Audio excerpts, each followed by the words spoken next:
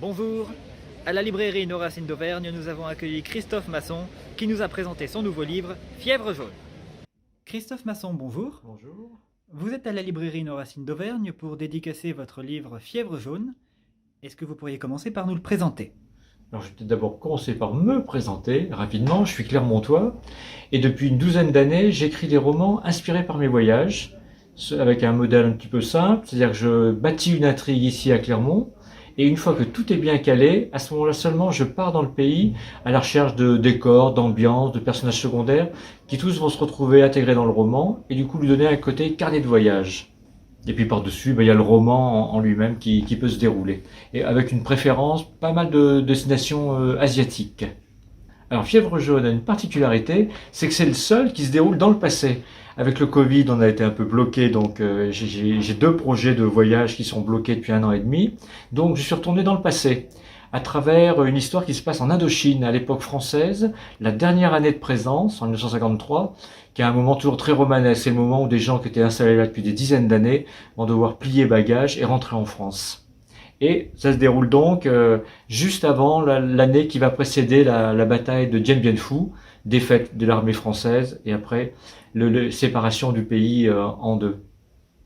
Et à Saïgon, en 53, va débarquer mon narrateur, un garçon qui a 20 ans, qui est un jeune homme qui vient se former aux exigences de la vie, suite à un chagrin en France, une histoire sentimentale s'est mal terminée, et puis des études qu'il mène nulle part. Il accepte un poste par pistonnage en fait familial. Il va s'occuper dans l'administration coloniale de l'approvisionnement en riz de Saïgon. Et de là, il va être amené à rencontrer dans un premier temps toute une colonie d'expatriés, français, anglais, américains. Certains anglais ont des comptes à régler. Ils se connaissaient autrefois à Londres, il y a une quinzaine d'années, et le narrateur va être impliqué malgré lui dans ce règlement de compte. Et puis dans la deuxième partie du roman, on va se rendre dans le nord, c'est là qu'avait lieu la guerre, puisque le sud c'était plutôt la guérilla, mais dans le nord c'est là qu'avaient lieu les combats du côté d'Hanoï. Et là il va enfin rencontrer le Vietnam, ses habitants, et puis une jeune fille qui va changer sa vie.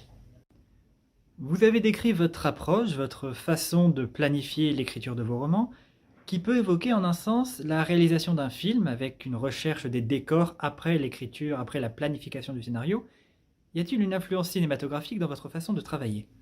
Eh bien j'ai tenu un vidéoclub pendant 25 ans, et ça fait 40 ans que je vais au cinéma, donc forcément je suis très influencé par le cinéma. Et c'est une image que j'utilise souvent quand je suis en salon du livre pour expliquer un petit peu la manière dont je travaille. Je suis comme un metteur en scène qui a son scénario dans les mains et puis qui... Mon principe, c'est toujours ça se passe dans les villes. Donc je marche 7-8 heures par jour dans Bombay, Buenos Aires, Kyoto, et à la recherche de lieux. Et soudain, je me dis, ah oui, voilà, mes personnages vont rentrer par là, dans ce temple, dans cet hôtel, sur cette plage, etc. Et il y a une manière, voilà, très cinématographique d'envisager l'installation des lieux dans le roman. Qu'est-ce qui motive les choix des régions dans lesquelles vous voulez situer vos romans? Alors il y a toujours une fascination, il faut qu'il y ait une fascination pour un lieu. Alors j'ai deux sortes de destinations. Celle où je suis déjà allé et je me suis dit, tiens, ça serait bien de consacrer un roman à ce pays. Il y a eu par exemple la Birmanie, l'Argentine. Ce sont des endroits voilà, où je suis retourné spécifiquement pour écrire un roman. Et puis il y en a d'autres où je me lance une espèce de défi en me disant, allez, je ne sais pas grand-chose. En tout cas, je manque d'informations sur la Chine, la Nouvelle-Zélande, par exemple, ou l'Iran.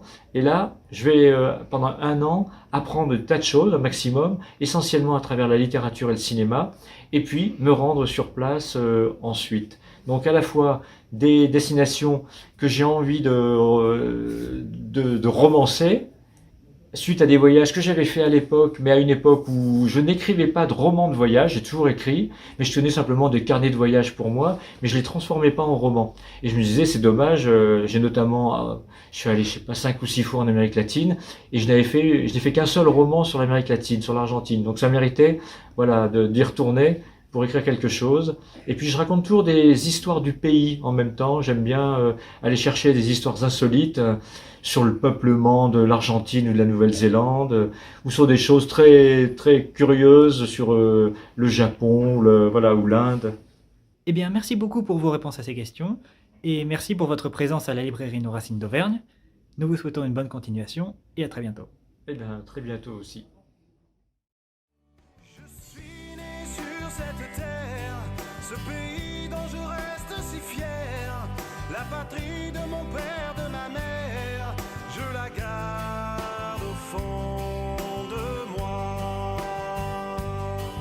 Nous venons de cette terre, cette Auvergne.